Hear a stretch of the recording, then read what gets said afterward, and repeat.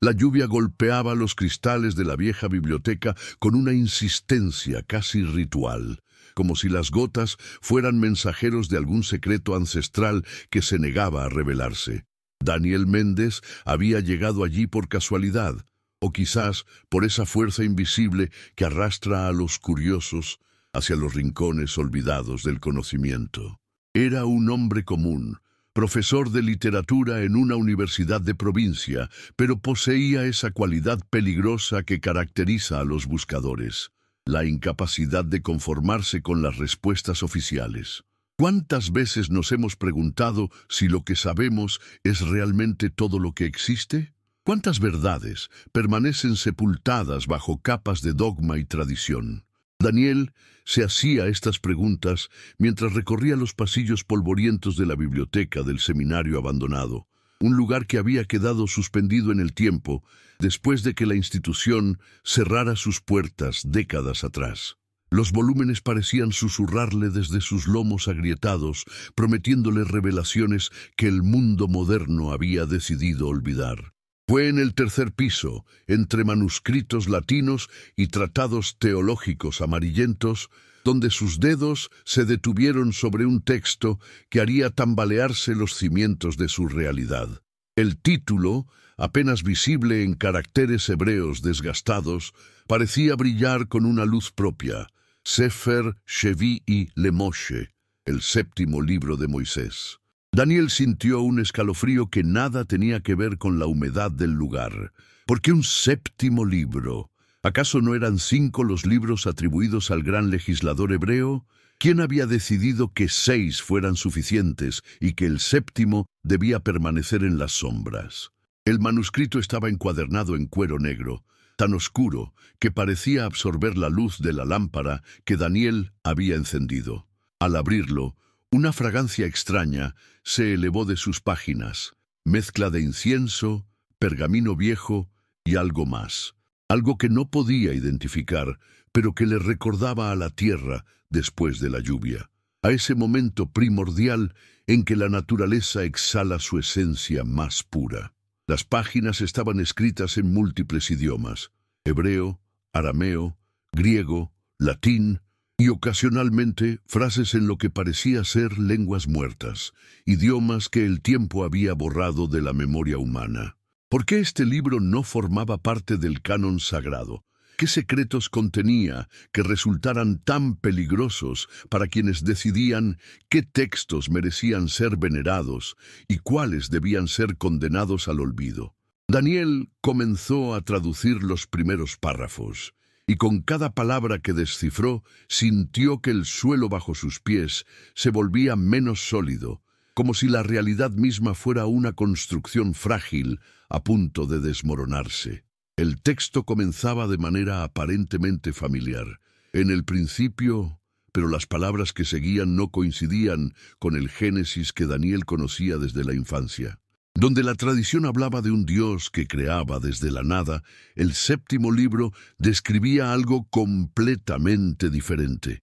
Hablaba de una sustancia infinita, una naturaleza eterna que no creaba desde la exterioridad, sino que se manifestaba a través de infinitos modos y atributos. ¿No eran estas las palabras que Baruch Spinoza había pronunciado siglos después, ganándose con ello la excomunión y el odio de su propia comunidad? No hubo creación, decía el texto, porque la creación nunca cesó de ser. No hubo un antes y un después, sino un eterno presente en el que la sustancia divina se despliega en formas infinitas. El hombre no fue creado del barro, sino que emergió como una expresión particular de esa naturaleza infinita, portando en sí mismo la chispa de la eternidad. Daniel sintió que el aire se volvía más denso a su alrededor. ¿Era posible que Spinoza hubiera tenido acceso a este texto? ¿Era posible que su filosofía, considerada herética por judíos y cristianos por igual, fuera en realidad el eco de una tradición más antigua, una sabiduría que había sido deliberadamente ocultada? ¿Por qué los guardianes de la fe habían preferido la historia del Dios artesano que moldea al hombre del barro, en lugar de esta visión de la divinidad como fuerza inmanente en toda la naturaleza.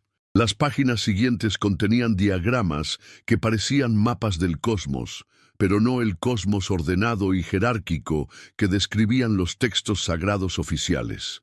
Estos diagramas mostraban una red infinita de conexiones, una trama de fuerzas que se entrelazaban sin principio ni fin, donde cada punto luminoso representaba no solo una estrella o un planeta, sino una conciencia, una chispa de lo divino manifestándose en forma particular. Era como si el universo entero fuera un organismo vivo, respirando y pulsando con una vida que trascendía la división entre lo sagrado y lo profano, entre lo divino y lo natural. ¿Cómo habría reaccionado la Inquisición ante estas ideas? ¿Cómo habrían respondido los teólogos medievales a la sugerencia de que Dios no era un ser separado del mundo, sino la esencia misma del mundo? Daniel comprendió por qué este libro había sido condenado al olvido. No solo cuestionaba la autoridad religiosa, sino que eliminaba la necesidad de intermediarios entre lo humano y lo divino. Si cada ser humano portaba en sí mismo una chispa de esa sustancia infinita, ¿qué sentido tenían los sacerdotes, los templos, los sacrificios? El manuscrito describía rituales que no eran ceremonias de adoración, sino prácticas de reconocimiento. No se trataba de suplicar a una divinidad externa, sino de despertar la conciencia de la propia naturaleza divina. El hombre que comprende su verdadera esencia, decía el texto, deja de ser esclavo de los dioses fabricados por el miedo y la ignorancia. Se convierte en lo que siempre fue, una expresión libre y consciente de la naturaleza eterna. ¿No era esto precisamente lo que Spinoza había intentado comunicar en su Ética? ¿No era esta la razón por la cual había sido perseguido, condenado, borrado de los registros de su comunidad? Daniel sentía que estaba desentrañando una conspiración que se extendía a través de los siglos. Una conspiración no de silencio, sino de ruido. El ruido ensordecedor de los dogmas que ahogaban las voces de la sabiduría genuina. La noche se había hecho profunda cuando Daniel levantó la vista del manuscrito. Sus ojos ardían por la tensión de descifrar los caracteres antiguos, pero su mente ardía aún más por las implicaciones de lo que había leído. ¿Cómo era posible que un texto de tal importancia hubiera permanecido oculto durante milenios? ¿Quién había decidido que la humanidad no merecía conocer su verdadero origen? ¿Quién había elegido el relato del Génesis por encima de esta visión infinitamente más rica y compleja de la creación? El séptimo libro no hablaba de una caída del paraíso, sino de un olvido. La humanidad había olvidado su propia divinidad. Había aceptado la versión reducida de sí misma que le ofrecían las religiones organizadas. En lugar de dioses que castigan y premian desde el exterior, el texto describía una naturaleza que se experimenta a sí misma a través de cada conciencia individual. En lugar de la separación entre lo sagrado y lo profano, describía una realidad donde todo era igualmente sagrado porque todo era expresión de la misma sustancia eterna. ¿Por qué esta visión resultaba tan amenazante? ¿Por qué era más fácil aceptar la imagen de un Dios celoso y vengativo que la de una naturaleza infinita y amorosa? Daniel comenzaba a vislumbrar la respuesta. Porque un Dios externo requiere intermediarios, mientras que una divinidad inmanente convierte a cada ser humano en su propio sacerdote. Porque un Dios que castiga genera miedo y obediencia, mientras que una naturaleza que se ama a sí misma a través de sus criaturas genera libertad y responsabilidad. Las últimas páginas de esta primera sección del manuscrito contenían algo que hizo que Daniel sintiera un vértigo existencial. Eran transcripciones de lo que parecían ser conversaciones entre Moisés y una voz que no se identificaba como Yahvé, sino como Ein Sof, lo infinito sin límites. En estos diálogos, Moisés no aparecía como el receptor pasivo de mandamientos divinos, sino como un buscador que hacía preguntas profundas sobre la naturaleza de la realidad. ¿Por qué el pueblo necesita leyes si ya lleva la verdad inscrita en su esencia?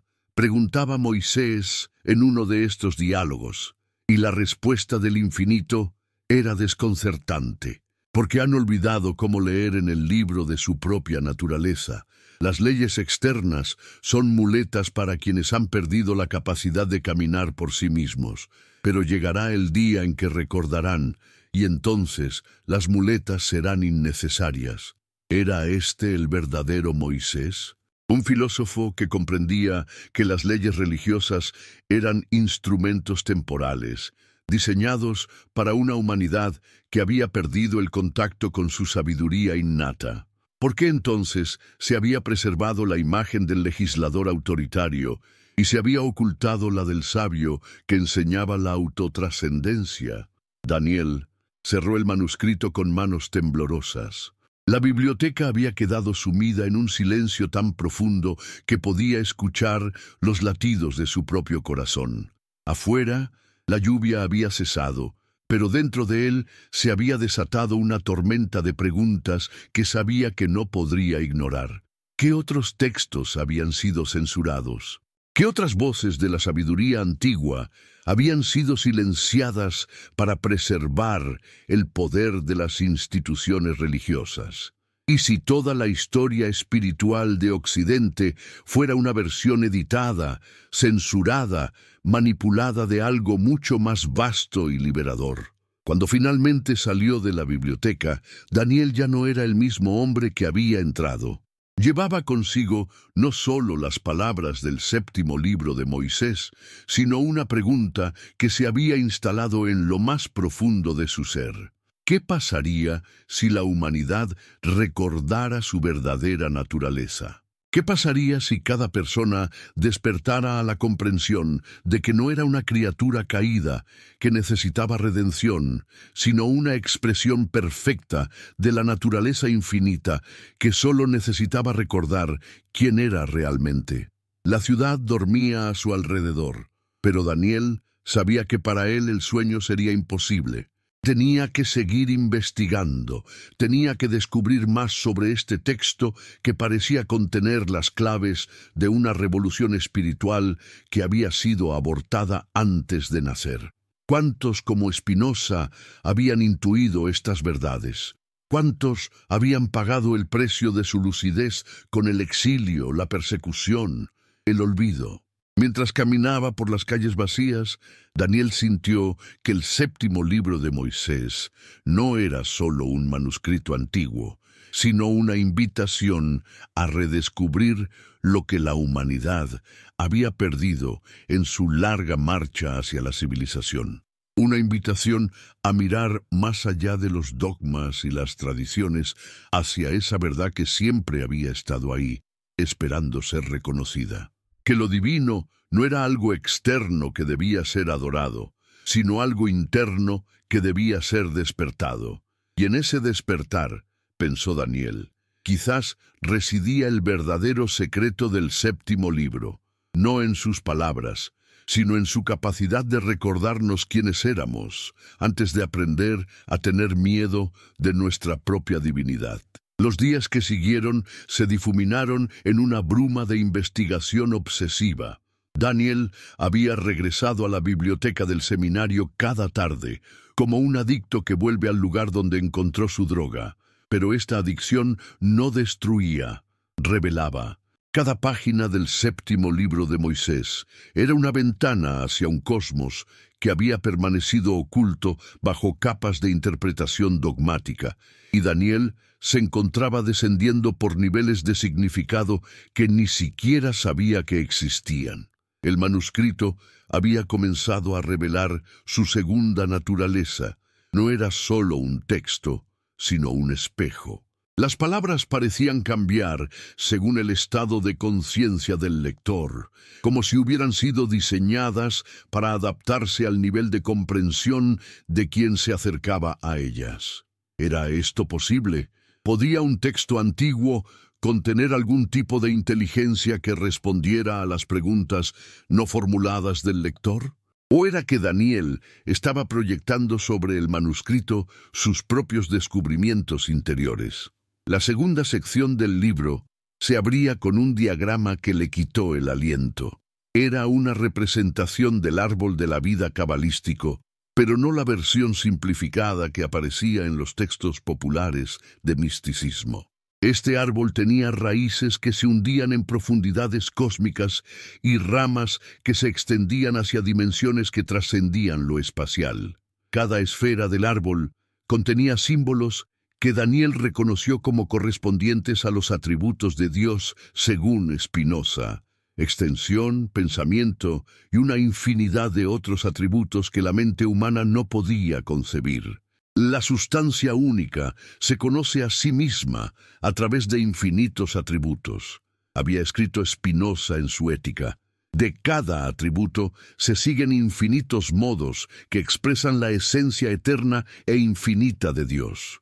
¿Cómo era posible que un filósofo del siglo XVII hubiera formulado con tal precisión lo que este manuscrito milenario describía a través de símbolos y metáforas? ¿Era Spinoza un genio solitario o el último eslabón de una cadena de transmisión que se remontaba a los orígenes mismos de la sabiduría humana? El texto del séptimo libro describía lo que llamaba los 7 velos de la percepción, capas de condicionamiento que impedían al ser humano reconocer su verdadera naturaleza. El primer velo era el de la separación.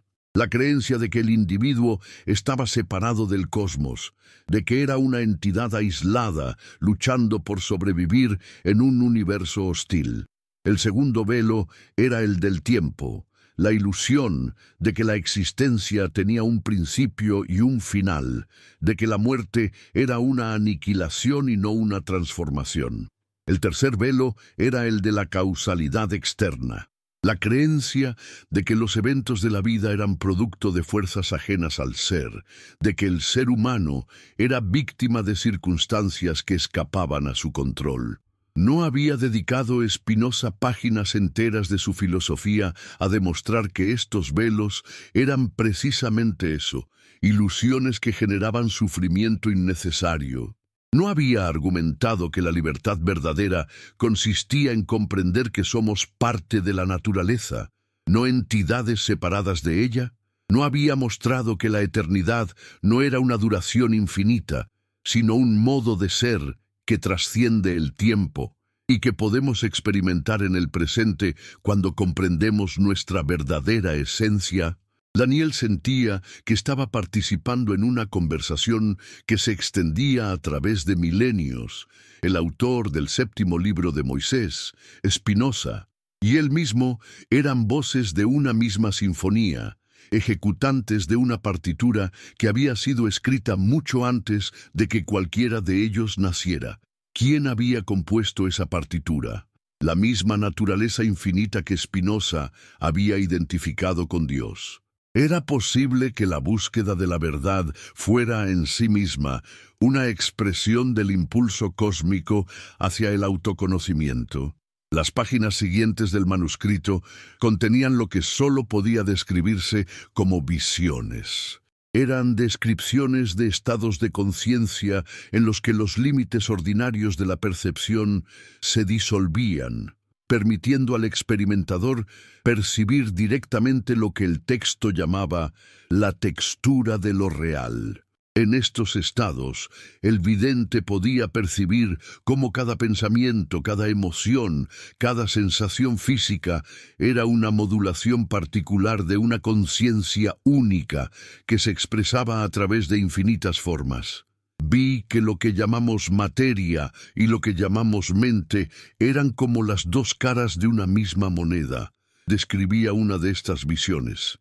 No había separación real entre el pensamiento y la extensión, sino que ambos eran aspectos de una sustancia que los trascendía y los incluía.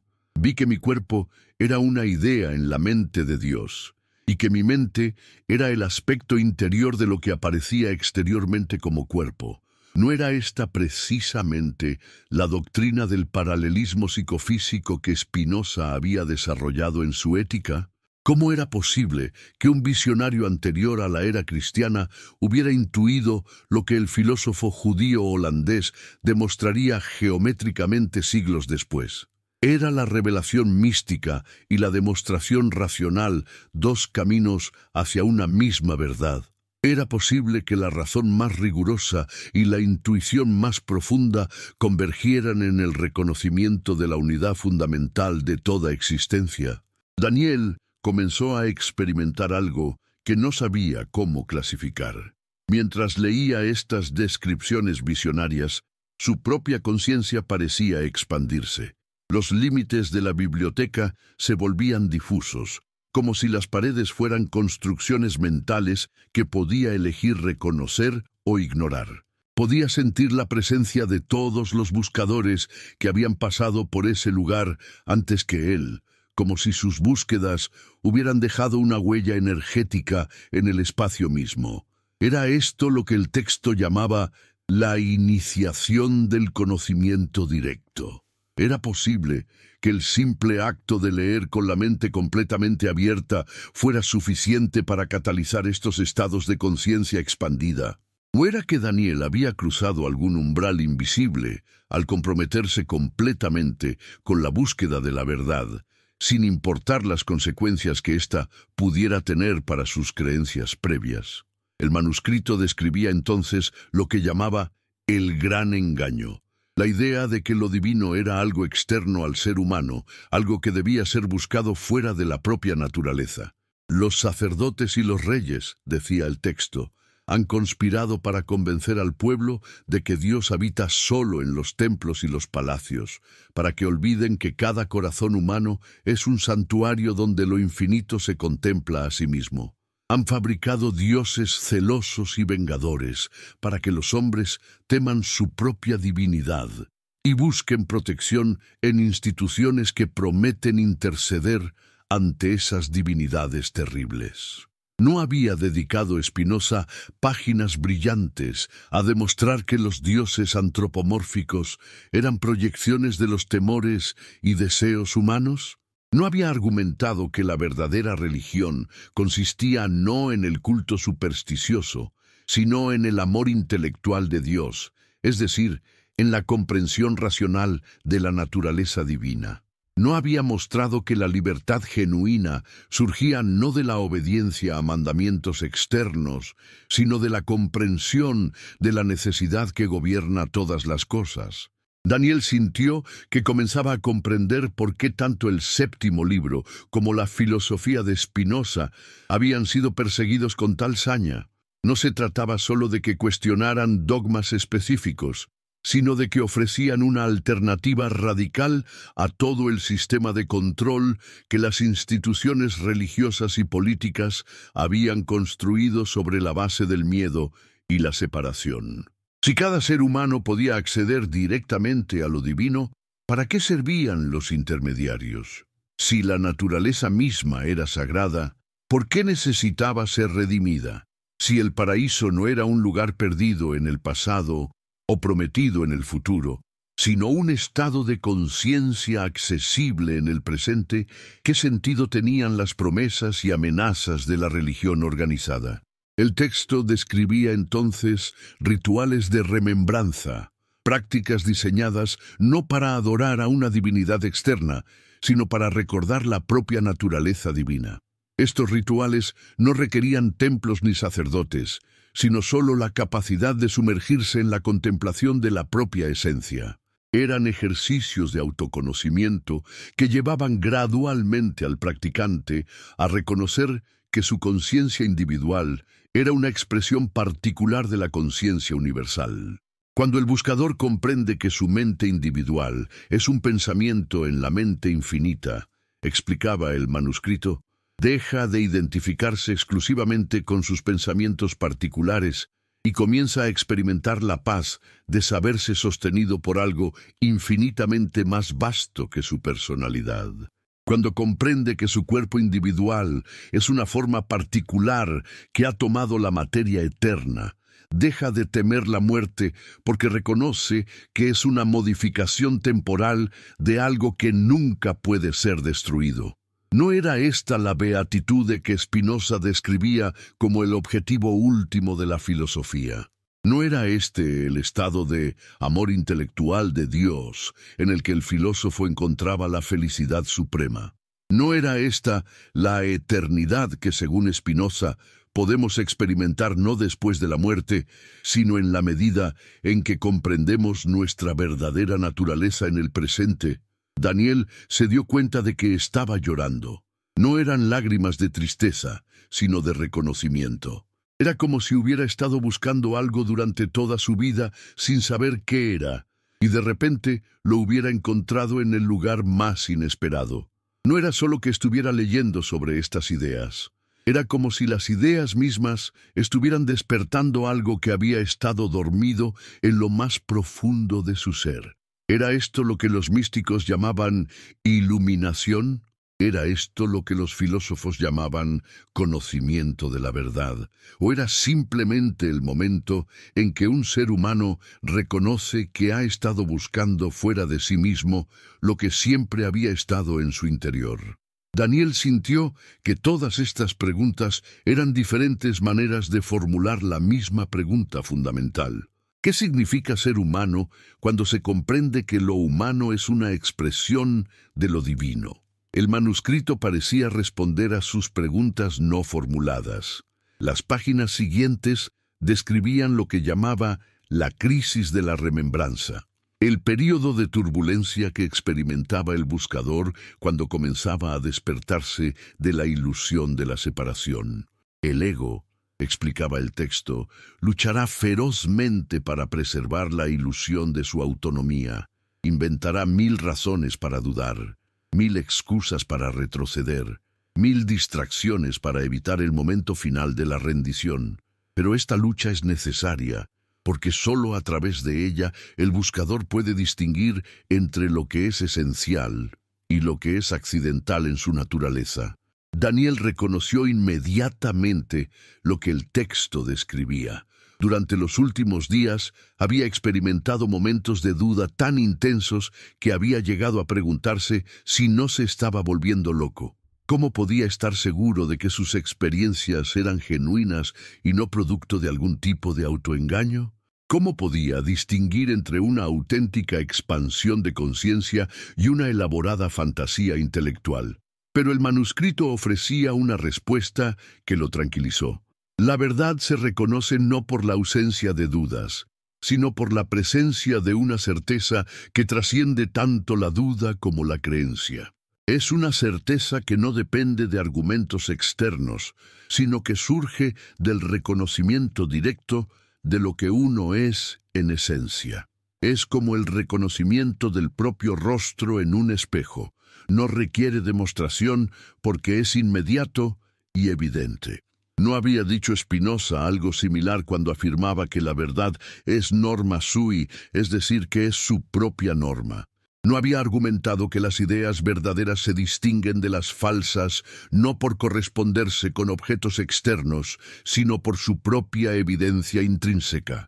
¿No había mostrado que el conocimiento supremo era precisamente el conocimiento intuitivo, el reconocimiento directo de la esencia de las cosas?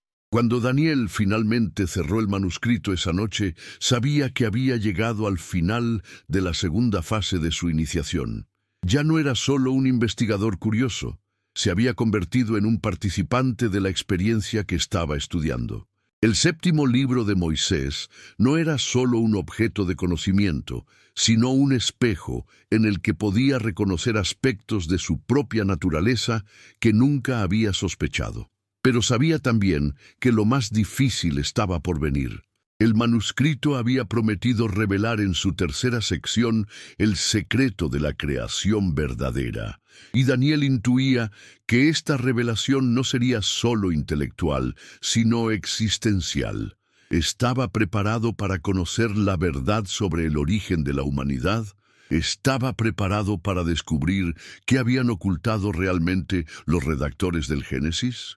Estaba preparado para enfrentar las implicaciones de que todo lo que había creído sobre su propia naturaleza pudiera ser una construcción diseñada para mantenerlo en la ignorancia. Mientras caminaba a casa bajo un cielo estrellado que le parecía más vasto y cercano que nunca antes, Daniel sintió que estaba al borde de un abismo, pero ya no era un abismo que le daba miedo. Era un abismo que lo llamaba, con la promesa de una libertad que ni siquiera sabía que era posible. ¿Cuántos antes que él habían llegado a este punto? ¿Cuántos habían dado el paso final hacia el reconocimiento completo de su verdadera naturaleza? ¿Y cuántos habían retrocedido en el último momento, eligiendo la seguridad de la ignorancia familiar sobre la incertidumbre de la verdad liberadora? Daniel sabía que al día siguiente regresaría a la biblioteca para leer la tercera sección del manuscrito. Y sabía también que cuando saliera de allí, ya no sería el mismo hombre que había comenzado esta búsqueda. La pregunta que resonaba en su mente no era si estaba preparado para el cambio, sino si el mundo estaba preparado para lo que él podría convertirse después de conocer el secreto final del séptimo libro de Moisés. La tercera sección del manuscrito comenzaba con una sola frase que ocupaba toda una página, escrita en caracteres dorados que parecían brillar con luz propia. Lo que van a leer no es la historia de lo que fue, sino el recuerdo de lo que siempre ha sido y será. Daniel sintió un vértigo existencial al leer estas palabras. ¿Qué significaba recordar algo que trasciende el tiempo? Era posible que la verdadera creación no fuera un evento que ocurrió una vez en el pasado, sino un proceso eterno que continuaba desarrollándose en cada momento presente. El texto que siguió desafió todas las categorías de pensamiento que Daniel había utilizado hasta ese momento para comprender la realidad. No hablaba de un Dios que creaba el mundo como un artesano que construye un objeto, sino de una conciencia infinita que se soñaba a sí misma en infinitas formas. No hablaba de la materia como algo inerte que necesitaba ser animado por un espíritu externo, sino como la expresión visible de una inteligencia que era tanto inmanente como trascendente. En el principio no era el verbo, decía el texto, sino el silencio.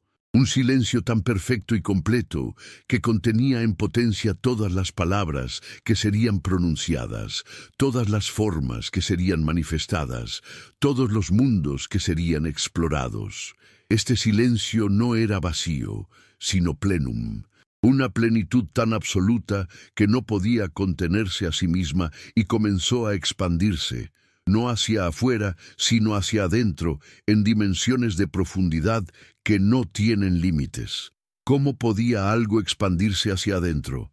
Daniel tuvo que detenerse para contemplar esta imagen paradójica. Poco a poco, comenzó a vislumbrar que el texto estaba describiendo una modalidad de existencia que trasciende la geometría espacial ordinaria. Se trataba de una expansión de profundidad, de riqueza, de complejidad, no de extensión física. Era como si la realidad se estuviera conociendo a sí misma con una intimidad cada vez mayor, descubriendo en su propia naturaleza posibilidades que ni siquiera sabía que poseía. La primera modulación de este silencio creativo, continuaba el manuscrito, fue lo que vosotros llamáis conciencia. Pero no la conciencia como atributo de un ser, sino la conciencia como la sustancia misma del ser. No había un ente consciente, sino conciencia pura reconociéndose a sí misma. Y en este autorreconocimiento surgió la primera distinción, el conocedor y lo conocido, el sujeto y el objeto, aunque ambos eran aspectos de la misma realidad única. ¿No era esto exactamente lo que Spinoza había intuido cuando identificó el pensamiento y la extensión como dos atributos de una misma sustancia? ¿No había comprendido que la mente y el cuerpo, el sujeto y el objeto, no eran entidades separadas, sino aspectos complementarios de una realidad más fundamental? Pero ¿cómo había llegado un texto tan antiguo a formular con tal precisión lo que la filosofía moderna consideraba una de sus intuiciones más avanzadas. El manuscrito describía entonces lo que llamaba las 7 densificaciones de la conciencia, un proceso gradual a través del cual la conciencia pura se manifestaba en niveles cada vez más densos de materialidad. Pero esta densificación no era descrita como una caída o degeneración, sino como un proceso de autoexploración creativa. Cada nivel de densidad permitía a la conciencia experimentar aspectos de sí misma que no podría conocer de otro modo. El 7º nivel de densificación, explicaba el texto, es lo que vosotros experimentáis como realidad física. Pero no es menos sagrado que los niveles más sutiles, porque es el nivel en el que la conciencia puede experimentar la aparente separación que hace posible el juego del reconocimiento. Es como un actor que se olvida de que está actuando para poder experimentar genuinamente las emociones del personaje que interpreta. Daniel sintió que una comprensión profunda comenzaba a amanecer en su interior.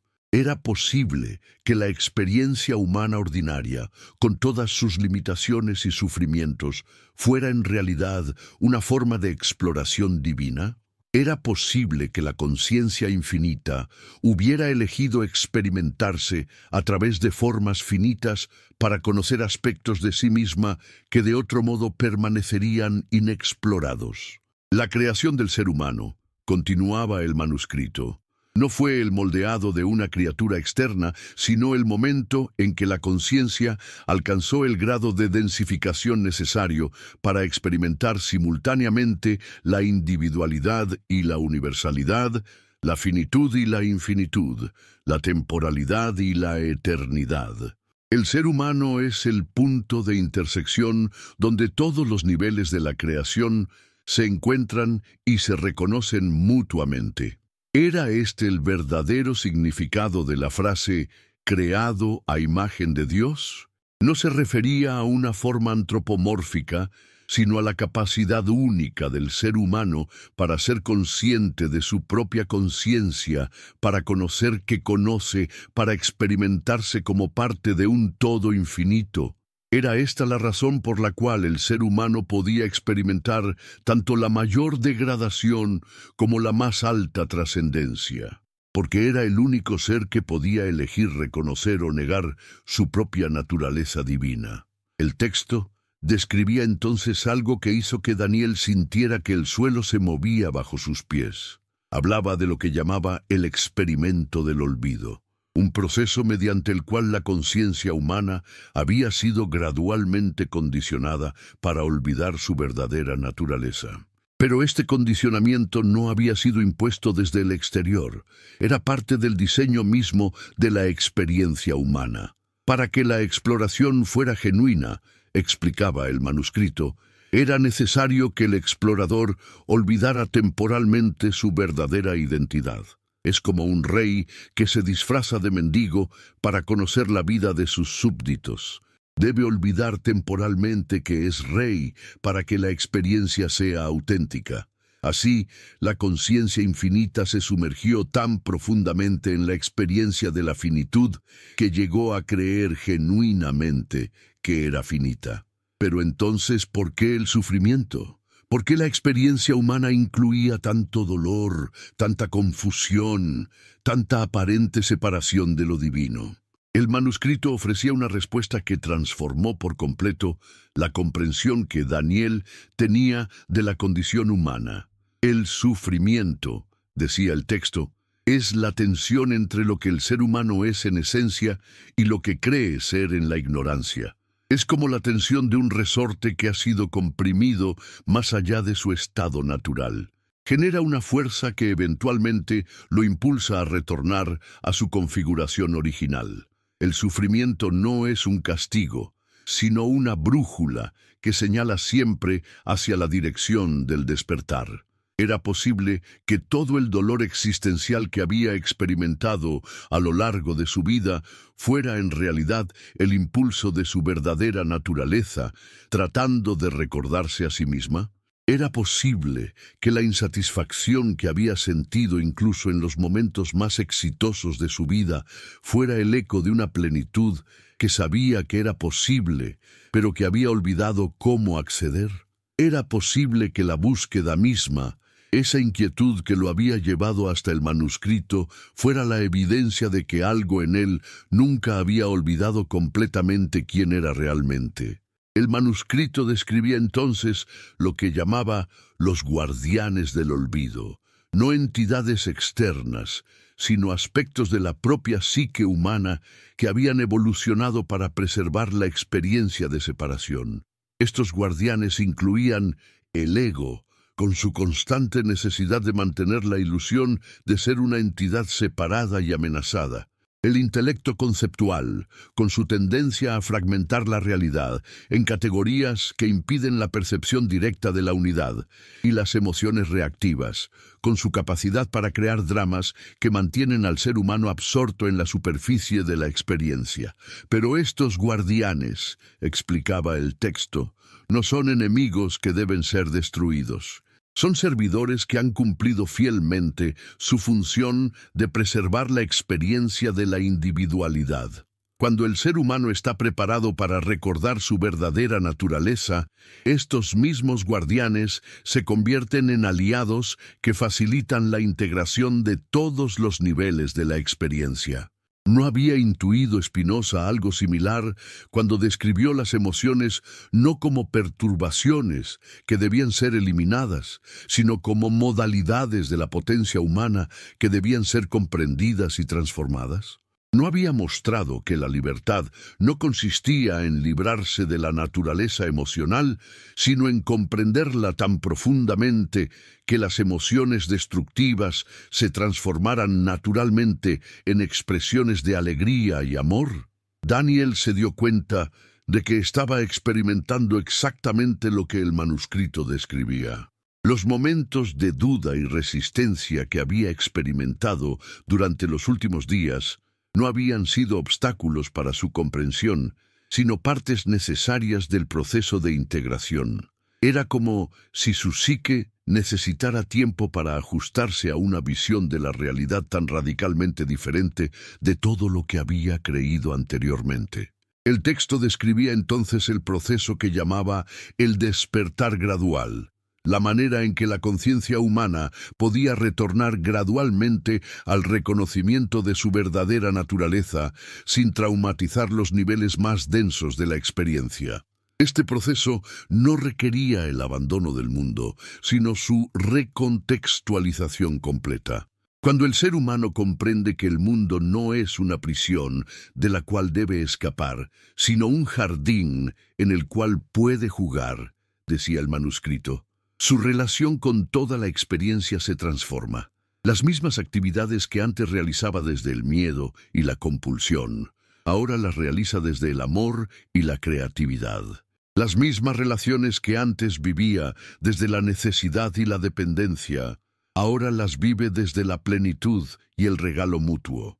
Era esta la razón por la cual Spinoza había podido mantener una vida aparentemente ordinaria, puliendo lentes, escribiendo cartas, participando en discusiones filosóficas, mientras experimentaba niveles de comprensión que lo colocaban entre los sabios más profundos de la historia.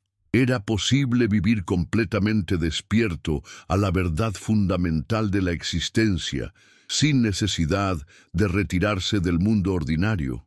Las páginas finales del manuscrito contenían lo que solo podía describirse como una profecía. No una predicción sobre eventos futuros, sino una descripción del potencial evolutivo de la humanidad. Hablaba de una época en la que suficientes seres humanos recordarían su verdadera naturaleza como para crear lo que el texto llamaba un campo morfogenético de despertar. Cuando un número crítico de individuos experimenta el reconocimiento directo de su naturaleza divina, explicaba el manuscrito, este reconocimiento comienza a resonar en la conciencia colectiva de la especie. Es como cuando una cuerda de un instrumento musical comienza a vibrar y hace que las cuerdas afinadas en la misma frecuencia comiencen a vibrar por simpatía. El despertar individual se convierte en despertar colectivo. ¿Era posible que la humanidad estuviera acercándose a este punto crítico? ¿Era posible que textos como el séptimo libro de Moisés, que habían permanecido ocultos durante milenios, estuvieran emergiendo ahora porque la conciencia humana había evolucionado lo suficiente como para recibir su mensaje sin ser destruida por él? ¿Era posible que figuras como Spinoza hubieran sido precursores de una transformación colectiva que apenas estaba comenzando? El manuscrito terminaba con una imagen que se grabó para siempre en la conciencia de Daniel. Describía un momento en el futuro de la humanidad en el que la distinción entre lo sagrado y lo profano habría desaparecido completamente, no porque lo sagrado hubiera sido eliminado, sino porque toda la existencia sería reconocida como sagrada. En ese momento, decía el texto, los templos y las iglesias se convertirían en museos de una época en la que la humanidad había olvidado que cada lugar era un templo, cada acto era una oración, cada encuentro era una comunión entre aspectos de la misma conciencia divina. Y entonces, concluía el manuscrito, se cumplirá la promesa que fue hecha al principio del experimento, que lo que descendió para conocer la experiencia de la limitación ascendería llevando consigo toda la riqueza de esa experiencia. La conciencia infinita se habría conocido a sí misma a través de infinitas perspectivas finitas, y esa autoexploración no tendría fin, porque las posibilidades de autoconocimiento son verdaderamente infinitas. Cuando Daniel cerró el manuscrito por última vez, se dio cuenta de que algo fundamental había cambiado en su manera de experimentar la realidad. No era que hubiera adquirido nuevos conocimientos sobre la naturaleza de la existencia. Era como si hubiera recordado algo que siempre había sabido, pero que había olvidado que sabía. Era como despertar de un sueño y darse cuenta de que lo que había experimentado como realidad sólida era en realidad una construcción mental, y que lo que había descartado como solo un sueño era la verdadera realidad. Pero ¿qué hacer con esta comprensión? ¿Cómo integrar una visión tan radicalmente diferente de la existencia en una vida que seguía transcurriendo en el mundo ordinario de las responsabilidades, los horarios, las interacciones sociales? ¿Cómo compartir algo que trasciende completamente el lenguaje conceptual ordinario? Daniel comprendió que el manuscrito había sido mucho más que un texto informativo. Había sido una iniciación. Lo había llevado a través de un proceso de transformación que no podía ser revertido. Ya no podía pretender que no sabía lo que ahora sabía. Ya no podía fingir que la versión limitada de la realidad que había aceptado durante toda su vida era satisfactoria. Pero también comprendió que esta transformación no era el final del proceso, sino el comienzo. El séptimo libro de Moisés había sembrado semillas en su conciencia que continuarían germinando durante el resto de su vida. Cada experiencia, cada encuentro, cada momento de contemplación serían oportunidades para profundizar en la comprensión de lo que había comenzado a vislumbrar. Mientras salía de la biblioteca por última vez, Daniel sintió una gratitud inmensa hacia todos los que habían preservado este conocimiento a través de los siglos de persecución y olvido. ¿Cuántos bibliotecarios anónimos habían guardado manuscritos como este? ¿Cuántos copistas habían arriesgado sus vidas para transmitir estas enseñanzas? ¿Cuántos buscadores como él mismo habían encontrado estas palabras justo en el momento en que estaban preparados para recibirlas? Y pensó en Spinoza, exiliado de su comunidad, viviendo en soledad relativa, manteniendo correspondencia con unos pocos amigos que podían apreciar la profundidad de sus intuiciones. Había sabido el filósofo que sus ideas resonarían a través de los siglos. Había intuido que era parte de una corriente de sabiduría que había fluido subterráneamente a través de toda la historia humana, emergiendo ocasionalmente en individuos lo suficientemente valientes como para articular lo que la mayoría solo podía presentir. Daniel caminó por las calles de su ciudad con la sensación de estar viendo todo por primera vez. Las mismas casas, los mismos árboles, las mismas personas que había visto miles de veces antes, ahora aparecían como manifestaciones particulares de la conciencia infinita que acababa de reconocer como su propia esencia más profunda. No era que el mundo hubiera cambiado, era que sus ojos habían sido limpiados de los velos que le impedían ver lo que siempre había estado allí. ¿Cuántos otros estarían viviendo su propia versión de esta iniciación en este mismo momento? ¿Cuántos estarían descubriendo, a través de caminos completamente diferentes, la misma verdad fundamental que él había encontrado en el séptimo libro de Moisés? ¿Era posible que la humanidad estuviera experimentando colectivamente el proceso de despertar que el manuscrito había descrito como inevitable? Estas preguntas ya no lo inquietaban como lo habrían hecho una semana antes. Ahora eran simplemente expresiones de la curiosidad natural de una conciencia que se había reconocido como parte de un misterio infinito. No necesitaba respuestas definitivas porque había encontrado algo mucho más valioso. La certeza de que era una expresión única e irreemplazable de la realidad que buscaba conocerse a sí misma a través de infinitas perspectivas. Y en esa certeza encontró una paz que no dependía de circunstancias externas, un gozo que no podía ser amenazado por las vicisitudes de la existencia personal, una libertad que surgía no de la ausencia de limitaciones, sino de la comprensión de que las limitaciones mismas eran modalidades creativas de lo ilimitado. El séptimo libro de Moisés había cumplido su promesa. No le había dado respuestas que pudiera almacenar como posesiones intelectuales, sino que lo había devuelto a sí mismo. Y en ese retorno había encontrado no solo lo que había estado buscando, sino lo que había estado buscando con él durante toda la eternidad. ¿No era este, después de todo, el secreto más profundo de la existencia, que el buscador y lo buscado son uno mismo? Que la pregunta y la respuesta surgen del mismo manantial infinito de conciencia que nunca deja de maravillarse ante su propia naturaleza inagotable. Que cada momento de búsqueda es simultáneamente un momento de encuentro, porque lo que buscamos es lo que somos, y lo que somos nunca puede estar realmente perdido.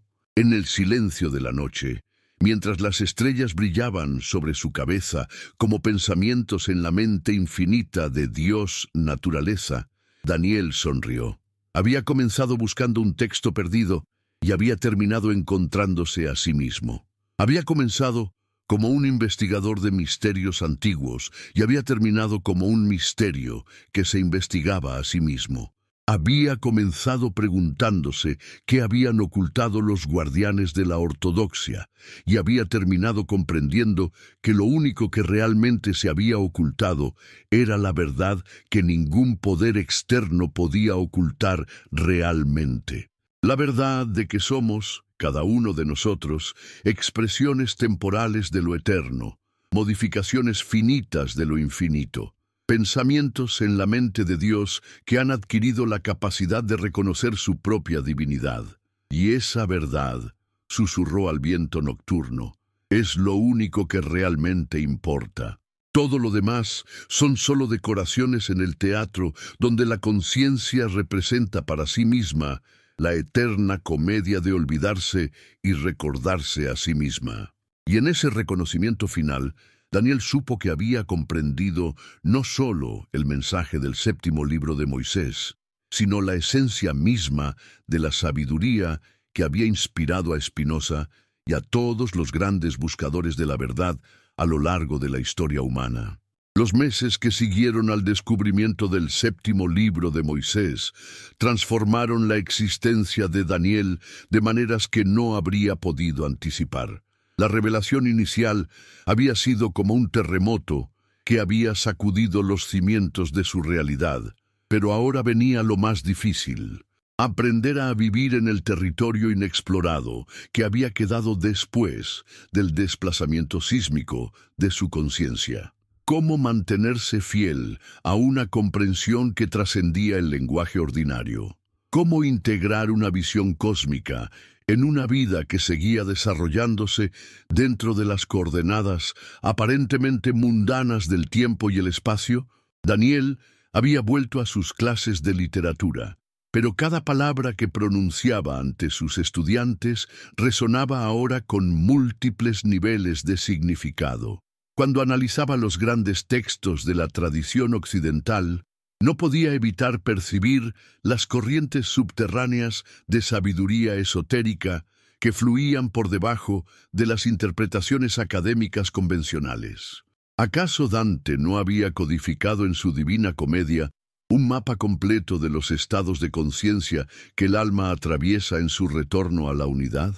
¿No había Shakespeare intuido en sus tragedias la danza cósmica entre el libre albedrío y la necesidad que Spinoza articularía geométricamente siglos después? Pero era en los momentos de silencio cuando Daniel experimentaba con mayor intensidad las transformaciones que el manuscrito había iniciado en su conciencia. Durante sus caminatas matutinas por el parque universitario, sentía que los límites entre su conciencia individual y la conciencia del entorno se volvían permeables. No era que perdiera su sentido de identidad personal, sino que esa identidad se revelaba como una modulación particular de algo infinitamente más vasto que lo incluía y lo trascendía. ¿Era esto lo que los místicos habían intentado comunicar con sus paradojas y contradicciones aparentes? ¿Era esto lo que Spinoza había tratado de demostrar con su método geométrico? Que la experiencia de la individualidad y la experiencia de la universalidad no eran mutuamente excluyentes, sino complementarias. Era posible que la verdadera libertad consistiera no en la autonomía del ego, sino en el reconocimiento de que somos expresiones conscientes de la libertad infinita de la naturaleza misma. Una tarde, mientras corregía exámenes en su oficina, Daniel recibió una visita inesperada. Un hombre mayor, de aspecto distinguido y ojos penetrantes, se presentó como profesor emeritus de filosofía de la religión en una universidad de Europa. Había venido específicamente para hablar con él sobre ciertos descubrimientos textuales que, según había oído, Daniel había realizado recientemente. «Me llamo Abraham Rosenzweig», dijo el visitante con un leve acento que Daniel no pudo identificar. «Y creo que usted ha encontrado algo que mi familia ha estado custodiando durante más de 3 siglos». Sus palabras hicieron que Daniel sintiera un escalofrío de reconocimiento. Era posible que hubiera otros que conocieran la existencia del 7º libro. Era posible que existiera una tradición oculta de guardianes que habían preservado este conocimiento a través de las persecuciones y los olvidos de la historia. Rosenzweig le contó una historia que sonaba como una novela de misterio, pero que Daniel intuyó que era completamente verdadera. Su familia descendía de una línea de rabinos cabalistas que habían mantenido contacto secreto con Spinoza durante sus años de exilio. Habían sido ellos quienes le habían proporcionado acceso a manuscritos que la tradición oficial había condenado, incluyendo versiones del 7º libro de Moisés que habían sobrevivido a las purgas de la antigüedad. Spinoza nunca mencionó explícitamente estos textos en sus obras publicadas, explicó Rosenzweig, porque sabía que hacerlo habría significado no solo su muerte, sino la destrucción de los manuscritos mismos. Pero si usted lee su Ética con ojos iniciados, podrá reconocer las huellas inequívocas de esta tradición más antigua. Era posible entonces que la filosofía espinociana no fuera sólo el producto de un genio individual, sino la articulación moderna de una sabiduría que se remontaba a los orígenes mismos de la tradición judía.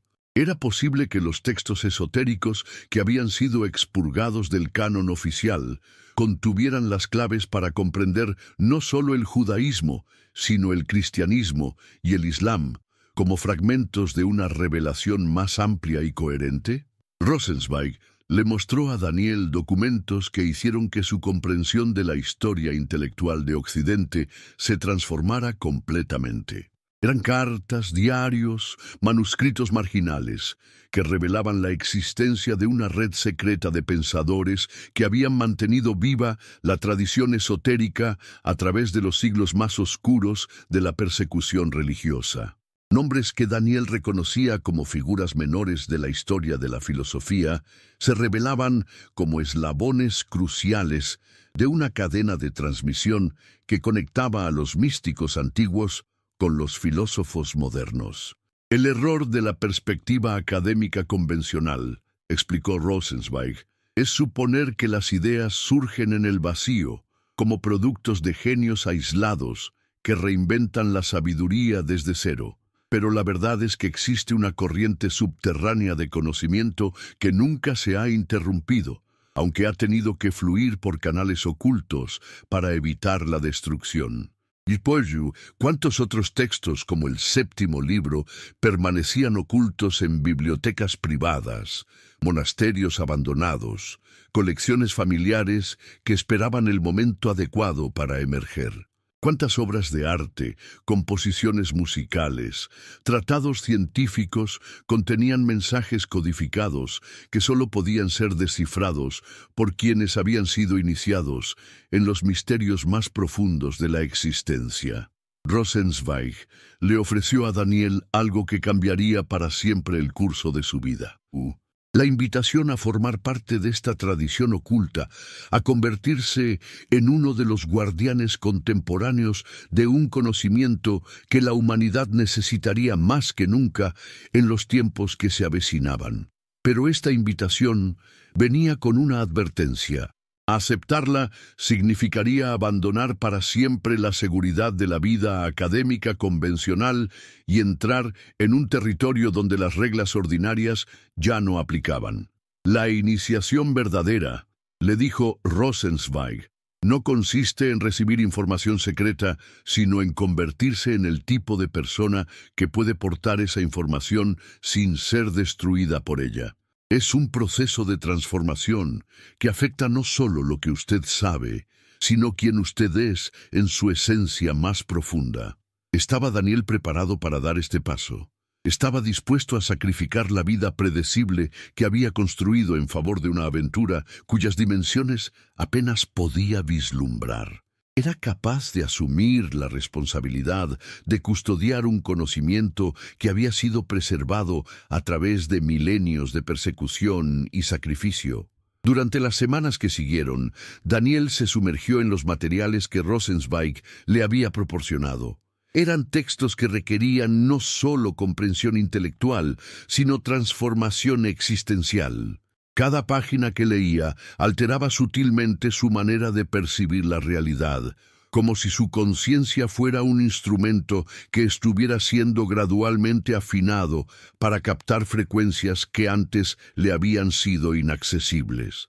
Descubrió que el séptimo libro de Moisés era solo uno de una serie de textos que conformaban lo que la tradición oculta llamaba la Biblioteca Perdida. Una colección de manuscritos que contenían los aspectos más esotéricos de todas las grandes tradiciones espirituales de la humanidad. Había evangelios gnósticos que revelaban las enseñanzas más profundas de Jesús, textos sufíes que describían los métodos más avanzados de realización divina, tratados herméticos que codificaban los principios de la transformación alquímica de la conciencia. Pero ¿por qué estos textos habían sido ocultados? ¿Por qué las versiones exotéricas de las religiones habían prevalecido sobre las esotéricas? Rosenzweig Le ofreció una explicación que Daniel encontró tanto iluminadora como perturbadora. Las enseñanzas esotéricas, explicó, eran demasiado poderosas para ser entregadas indiscriminadamente a las masas. En manos de individuos que no hubieran desarrollado la madurez espiritual necesaria, podían ser utilizadas para propósitos destructivos o podían generar crisis psicológicas devastadoras. Imagínese, le dijo Rosenzweig, ¿qué habría pasado si las técnicas más avanzadas de transformación de la conciencia hubieran sido enseñadas públicamente durante la Edad Media? Habríamos tenido no solo individuos iluminados, sino también una proliferación de desequilibrios psíquicos, manipuladores espirituales y movimientos mesiánicos destructivos. La sabiduría esotérica requiere un contenedor apropiado, una estructura de iniciación gradual que asegure que solo quienes están verdaderamente preparados tengan acceso a los niveles más profundos del conocimiento. Pero entonces, ¿cómo decidir quién estaba preparado y quién no? ¿No había el riesgo de que los guardianes de la tradición se convirtieran en una élite espiritual que perpetuara la ignorancia de las masas para preservar su propio poder? ¿No había algo profundamente antidemocrático en la idea de que ciertas verdades debían ser reservadas para unos pocos elegidos? Estas preguntas atormentaban a Daniel mientras profundizaba en su estudio de los textos ocultos, pero gradualmente comenzó a comprender que la iniciación auténtica no era un proceso de selección externa, sino de autoselección. Los individuos que estaban verdaderamente preparados para recibir las enseñanzas más profundas eran aquellos que habían desarrollado naturalmente la pureza de intención, la humildad intelectual y la fortaleza psicológica necesarias para manejar conocimientos que podían ser literalmente transformadores de la realidad. La tradición esotérica, le explicó Rosenzweig, no oculta sus enseñanzas de los buscadores sinceros, sino que las revela de maneras que solo pueden ser reconocidas por aquellos que han desarrollado los ojos para ver. Es como un lenguaje que se hace visible solo cuando el observador ha desarrollado la frecuencia de conciencia apropiada. ¿No era esto exactamente lo que había ocurrido con su propio descubrimiento del séptimo libro? ¿No había sido su búsqueda sincera, su apertura genuina a la verdad, lo que lo había llevado hasta el manuscrito en el momento exacto en que estaba preparado para recibir su mensaje? ¿No era la sinceridad del buscador la clave que abría las puertas de los misterios más profundos? Daniel comenzó entonces a experimentar fenómenos que desafiaban su comprensión previa de lo que era posible. Durante sus meditaciones matutinas, a veces experimentaba lo que solo podía describir como expansiones de identidad, momentos en los que su conciencia se extendía más allá de los límites ordinarios de su personalidad y experimentaba directamente la interconexión de toda la vida. En uno de estos estados, tuvo una visión que lo marcó profundamente. Se vio a sí mismo no como Daniel Méndez, profesor de literatura, sino como un nodo en una red infinita de conciencias que se extendía a través del tiempo y el espacio. Podía percibir las corrientes de influencia que conectaban su búsqueda actual con la de místicos y filósofos de todas las épocas. Vio cómo su encuentro con el séptimo libro era parte de un patrón más amplio de despertar que se estaba desarrollando en la conciencia colectiva de la humanidad. Era esto lo que los textos esotéricos llamaban visión panorámica. Era posible que cuando la conciencia individual se purificaba suficientemente, podía acceder directamente a lo que Jung había llamado el inconsciente colectivo, pero que las tradiciones esotéricas conocían como el archivo akáshico, el registro cósmico de todas las experiencias que habían sido vividas por la conciencia en todas sus formas. Rosenzweig le confirmó que estas experiencias eran señales de que Daniel estaba atravesando exitosamente las etapas iniciales de la verdadera iniciación. Lo que usted está experimentando, le dijo, es el despertar gradual de capacidades que siempre estuvieron presentes en su conciencia, pero que habían permanecido latentes debido a los condicionamientos de la educación convencional. La tradición esotérica no añade nada a lo que usted ya es. Simplemente remueve los obstáculos que le impedían reconocer su verdadera naturaleza. ¿Pero qué implicaciones tenían estas transformaciones para su vida práctica? ¿Cómo podía continuar enseñando literatura cuando su comprensión de la naturaleza de la realidad se había expandido tan radicalmente? ¿Cómo podía mantener relaciones normales con colegas y amigos que no tenían acceso a las dimensiones de experiencia que él estaba explorando? La respuesta llegó de una manera inesperada. Durante una de sus clases sobre la Divina Comedia, Daniel se encontró hablando sobre el simbolismo del poema con una profundidad y una perspicacia que sorprendieron tanto a sus estudiantes como a él mismo. Era como si las palabras surgieran de una fuente de comprensión que trascendía su conocimiento personal. Varios estudiantes se acercaron después de la clase para preguntarle sobre las fuentes de su interpretación. Y Daniel se dio cuenta de que estaba comenzando a desempeñar naturalmente el papel de lo que la tradición esotérica llamaba un transmisor velado. Alguien que puede comunicar enseñanzas profundas a través de contextos aparentemente convencionales. ¿No había sido Spinoza también un transmisor velado?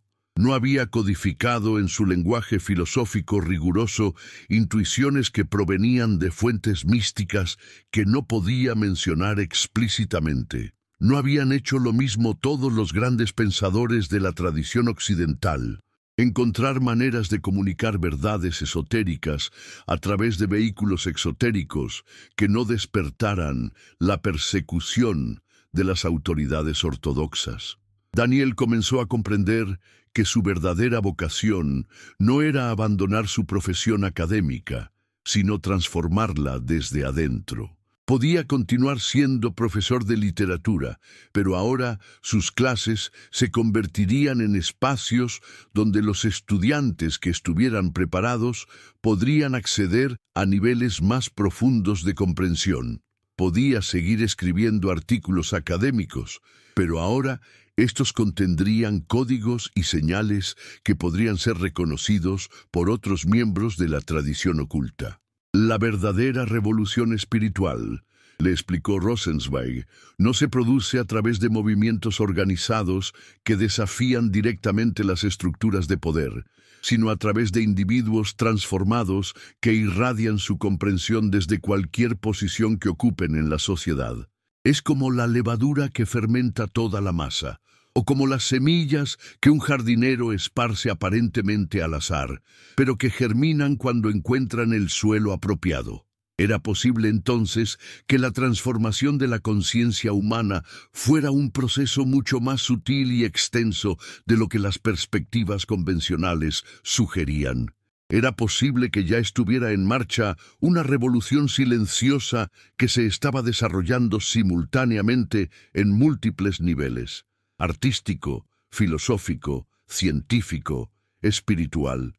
Era posible que individuos aparentemente desconectados en diferentes partes del mundo estuvieran contribuyendo inconscientemente a un despertar colectivo cuyas dimensiones completas solo podrían ser apreciadas en retrospectiva. Durante los meses siguientes, Daniel comenzó a percibir evidencias de este despertar silencioso en todas partes. Artistas que creaban obras que parecían canalizar frecuencias de conciencia superiores. Científicos que desarrollaban teorías que resonaban sorprendentemente con las cosmologías místicas antiguas.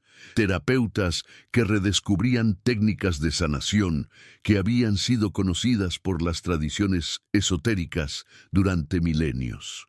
No era significativo que conceptos como conciencia cuántica, morfogénesis, sincronicidad estuvieran emergiendo simultáneamente en disciplinas aparentemente no relacionadas.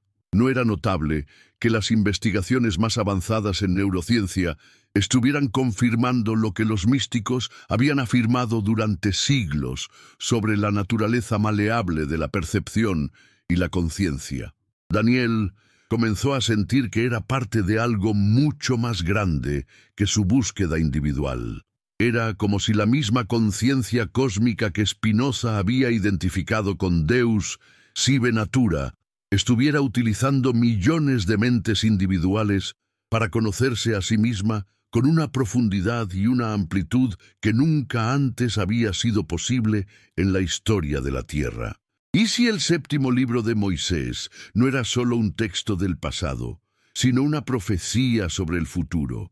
¿Y si la creación de la que hablaba no se refería solo al origen del universo, sino a un proceso continuo de autoconocimiento cósmico que estaba alcanzando ahora un punto crítico de aceleración?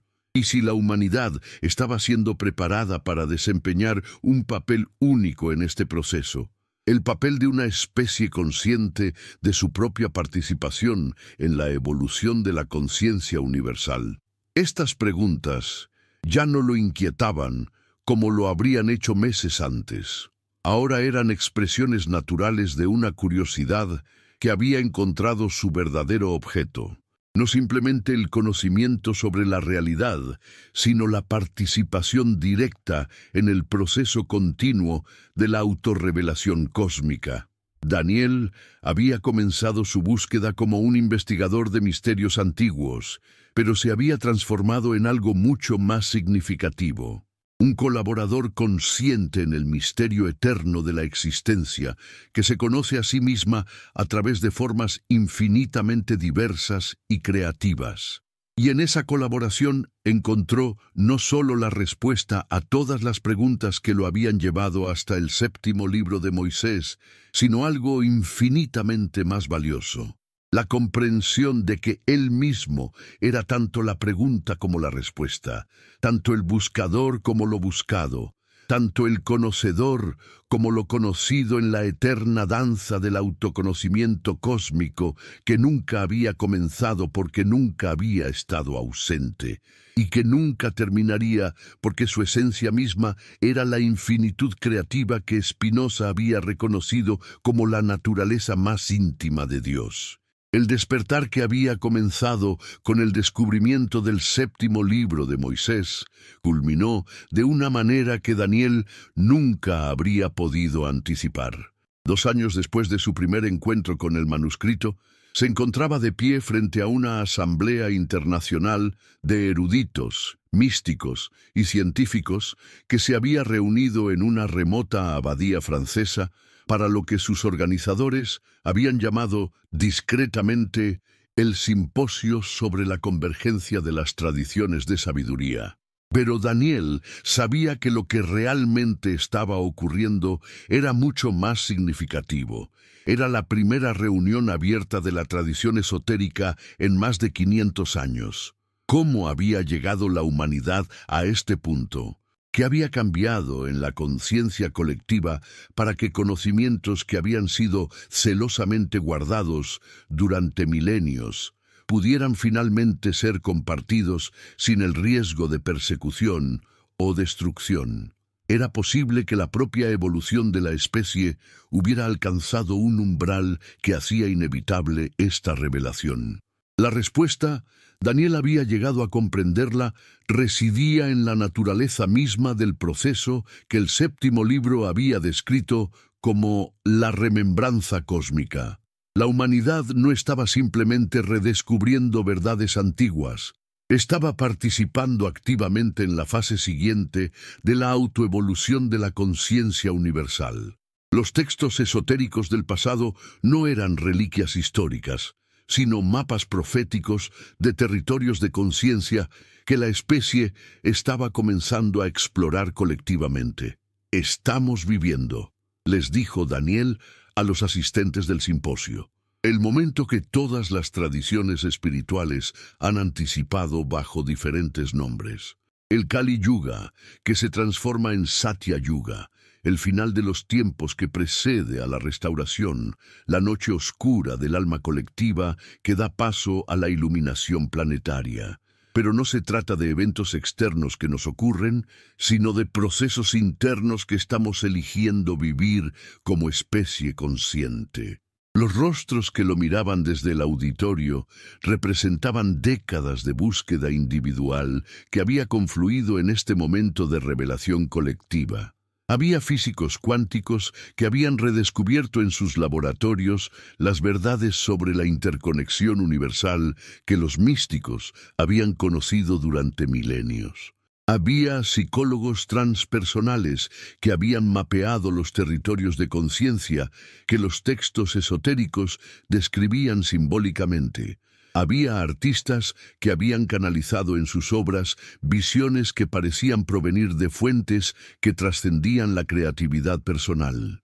Era coincidencia que todos estos campos, aparentemente independientes, estuvieran convergiendo hacia una visión unificada de la realidad que resonaba perfectamente con las enseñanzas del séptimo libro de Moisés. ¿O era que la misma conciencia que se había manifestado a través de los antiguos visionarios se estaba expresando ahora a través de los instrumentos más sofisticados que la civilización moderna podía ofrecer?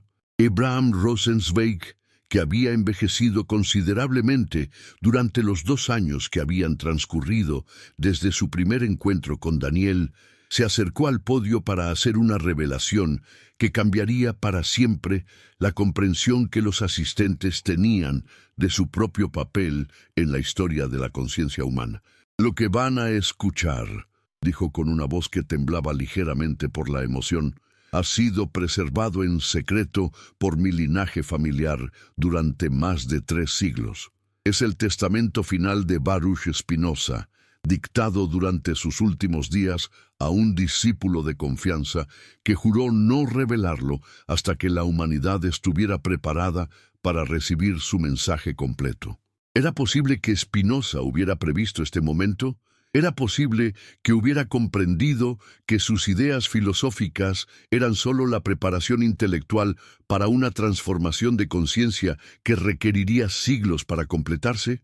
¿Era posible que hubiera conocido no solo las verdades que había articulado públicamente, sino también los métodos prácticos para realizar existencialmente esas verdades? El testamento que Rosenzweig leyó en voz alta era un documento que trascendía las categorías ordinarias de filosofía, misticismo o ciencia.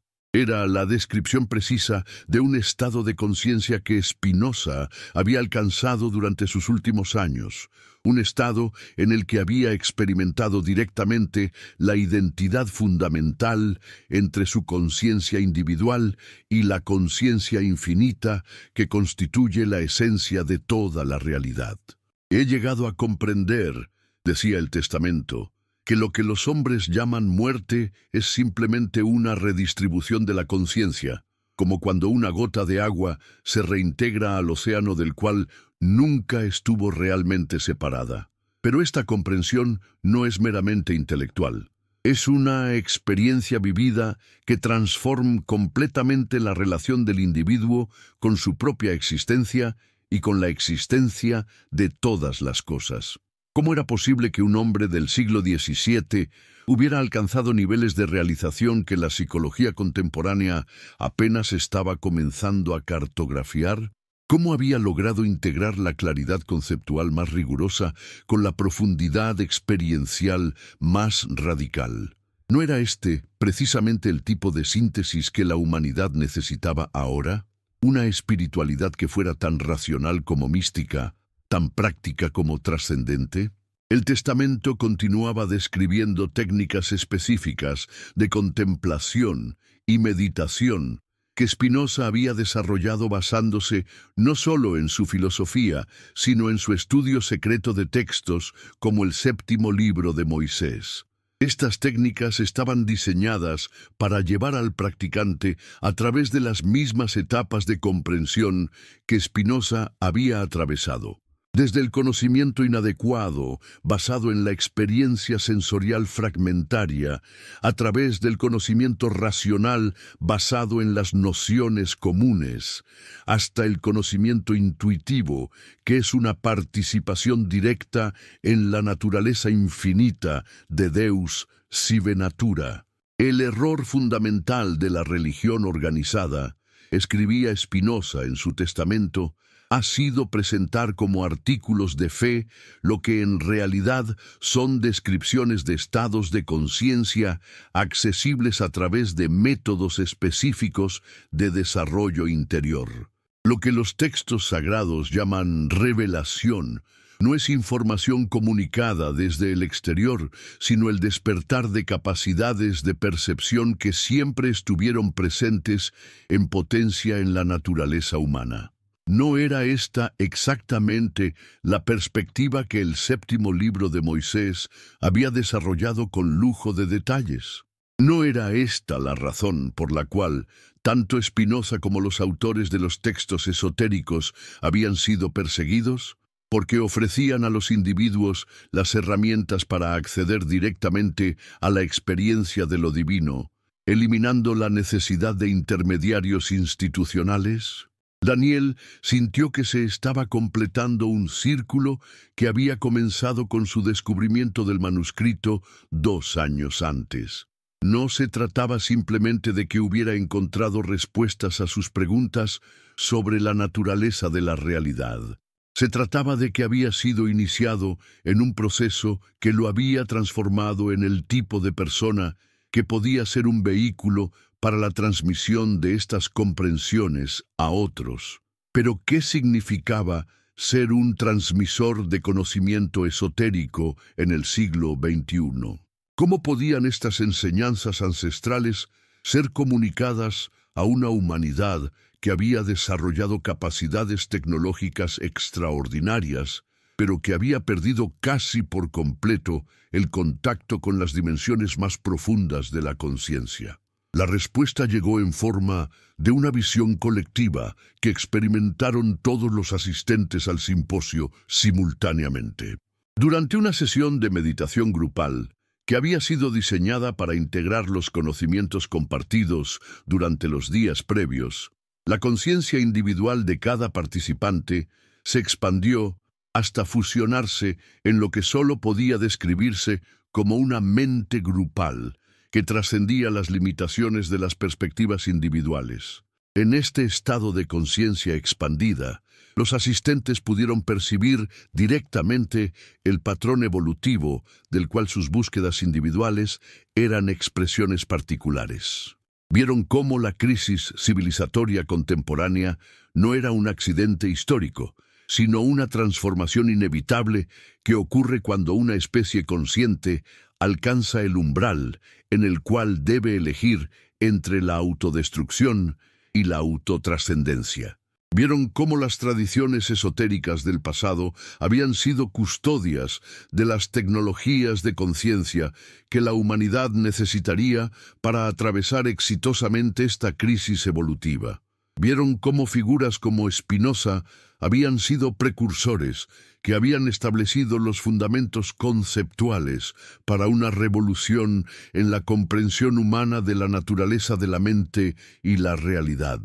Pero más importante aún, vieron cómo ellos mismos eran participantes activos en la fase siguiente de este proceso evolutivo. La fase en la cual el conocimiento esotérico dejaría de ser el patrimonio de unos pocos iniciados para convertirse en la herencia común de una humanidad que había desarrollado finalmente la madurez necesaria para manejar estas capacidades de manera constructiva. Era esto lo que el séptimo libro había profetizado como el momento de la revelación universal. Era este el cumplimiento de la promesa contenida en todas las tradiciones espirituales auténticas, que llegaría un tiempo en el cual la sabiduría oculta se haría manifiesta y la humanidad recordaría colectivamente su verdadera naturaleza divina. Cuando la visión colectiva se desvaneció y los asistentes regresaron a la conciencia ordinaria, todos sabían que algo irreversible había ocurrido. No se trataba simplemente de que hubieran compartido una experiencia extraordinaria. Se trataba de que habían participado en el nacimiento de una nueva forma de conciencia colectiva que integra lo mejor de la racionalidad occidental con lo mejor de la sabiduría espiritual universal. Daniel se encontró formulando espontáneamente las palabras que darían cierre al simposio, palabras que parecían surgir no de su mente personal, sino de la conciencia grupal que se había formado durante los días previos. Hemos llegado al final de la era, en la cual la humanidad necesitaba elegir entre ciencia y espiritualidad, entre razón y intuición, entre individualidad y universalidad. El séptimo libro de Moisés y el testamento de Spinoza nos han mostrado que estas aparentes oposiciones son complementariedades que solo pueden ser integradas por una conciencia que ha trascendido las limitaciones del pensamiento dualístico. Pero ¿qué implicaciones prácticas tenía esta integración? ¿Cómo podía traducirse esta comprensión en transformaciones concretas que beneficiaran no solo a los participantes del simposio, sino a la humanidad en su conjunto? ¿Cómo podía evitarse que este conocimiento se convirtiera en otra forma de elitismo espiritual? La respuesta emergió en forma de lo que los participantes decidieron llamar la red de resonancia. Una estructura organizacional completamente nueva que operaría simultáneamente en múltiples niveles de la sociedad.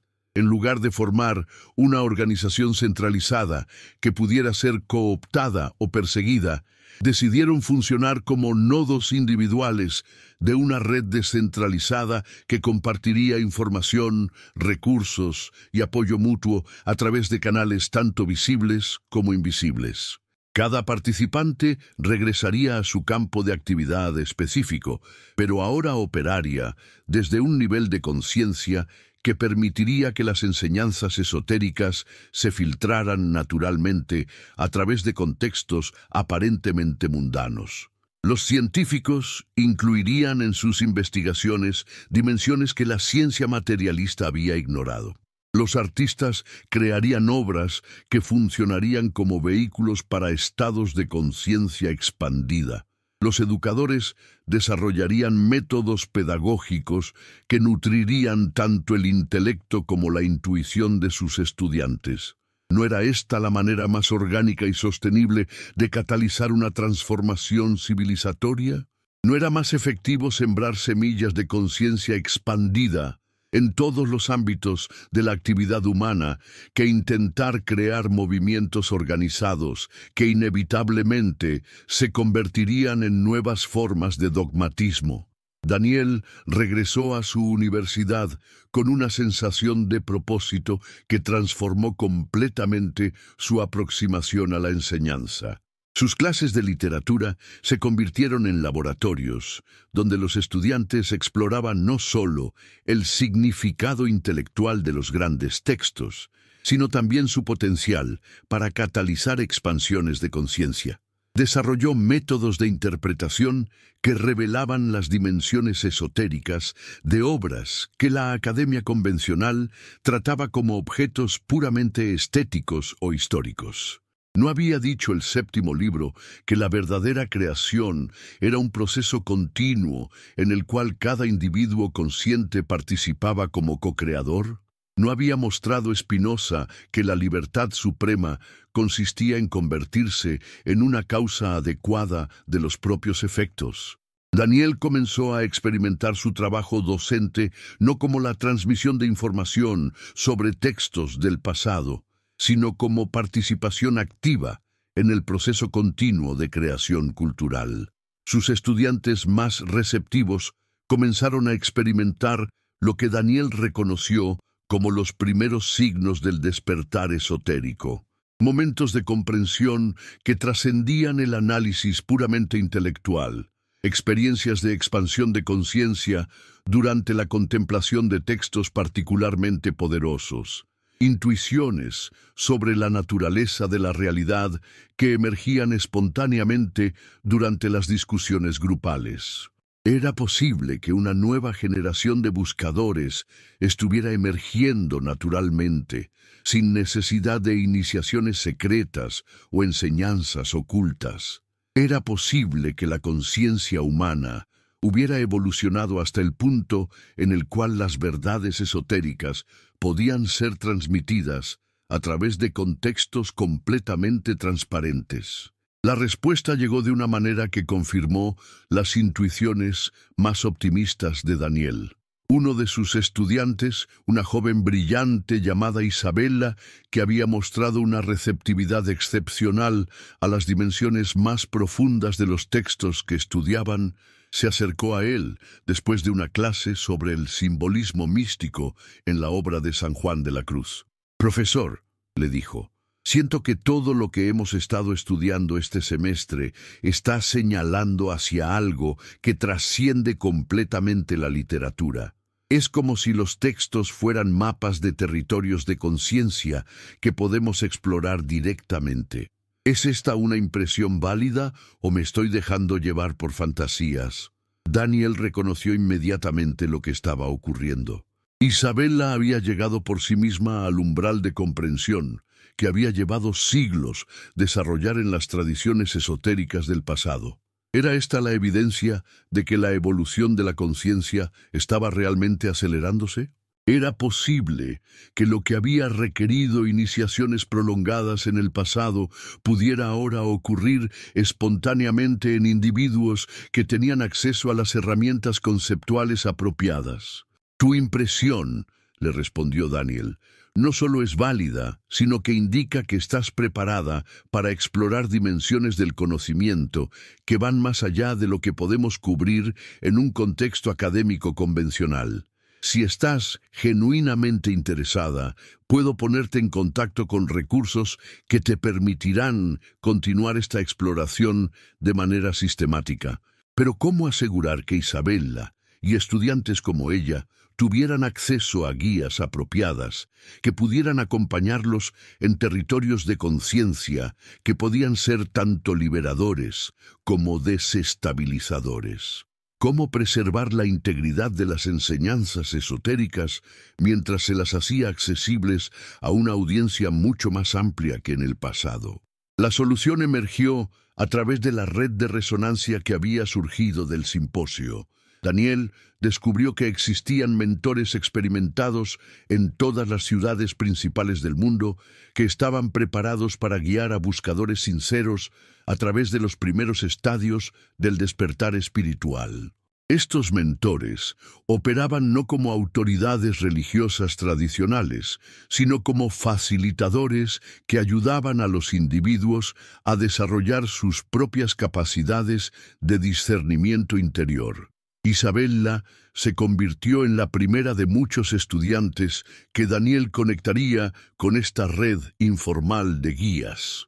Durante los meses siguientes, pudo observar su transformación gradual de una estudiante intelectualmente brillante a una joven que había despertado a dimensiones de experiencia que la mayoría de las personas ni siquiera sospechan que existen. Pero ¿qué implicaba esta transformación para el futuro de la educación superior? ¿Cómo podían las universidades adaptarse para servir las necesidades de estudiantes que ya no estaban interesados solo en la acumulación de información, sino en el desarrollo de capacidades de conciencia que les permitieran participar creativamente en la evolución cultural de la humanidad? Daniel comenzó a vislumbrar la posibilidad de que estuviera participando en el nacimiento de una nueva forma de educación que integrara el rigor intelectual más alto con el desarrollo espiritual más profundo. ¿No era esto lo que las antiguas escuelas de misterios habían intentado lograr? ¿No era esta la síntesis que figuras como Spinoza habían anticipado? Una forma de conocimiento que fuera simultáneamente racional y transpersonal, científica y mística. 5 años después de su primer encuentro con el séptimo libro de Moisés, Daniel se encontraba dirigiendo lo que discretamente se conocía como el Programa de Estudios Integrales. una iniciativa educativa que había comenzado como un experimento en su propia universidad y que se había expandido para incluir instituciones en 3 continentes.